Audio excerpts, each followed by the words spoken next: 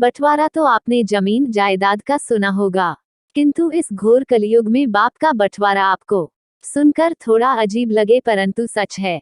पापा जी, पंचायत इकट्ठी हो गई, अब बंटवारा कर दो। मोहन जी के बड़े बेटे नरेश ने रूखे अंदाज में कहा।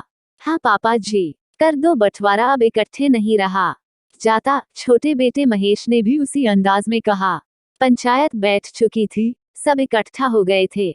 मोहन जी भी पहुंचे। जब साथ में निर्वाह न हो तो औलाद को अलग कर देना ही ठीक है। अब यह बताओ तुम किस बेटे के साथ रहोगे? सरपंच जी ने मोहन जी के कंधे पर हाथ रखकर बड़े ही मार्मिक लहजे में पूछा।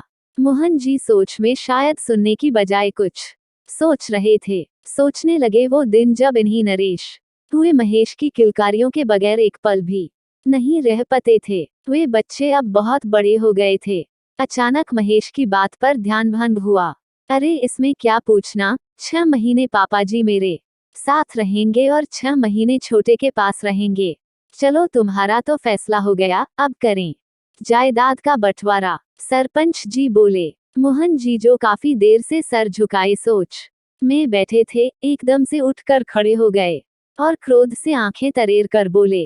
अबे ओए सरपंच जी, कैसा फैसला हो गया? अब मैं करूंगा फैसला, इन दोनों लड़कों को घर से बाहर निकाल कर। सुनो बे सरपंच, इनसे कहो चुपचाप निकाले घर से, और जमीन जायदाद या संपत्ति में हिस्सा चाहिए तो 6 महीने बारी बारी से आकर मेरे पास रहें और 6 महीने कहीं और इंतजाम करें अपना। फिर यदि मूड बना तो सोचूंगा। जायदाद का मालिक मैं हूँ, ये सब नहीं। दोनों लड़कों और पंचायत का मुंह खुला का खुला रह गया, जैसे कोई नई बात हो गई हो। इसी नई सोच और नई पहल की जरूरत है आज समाज में, जिससे बूढ़े माता पिता को सम्मान मिल सकेगा और वे सम्मान सहित अपना शेष जीवन खुशहाल पूर्वक जी पाएंगे।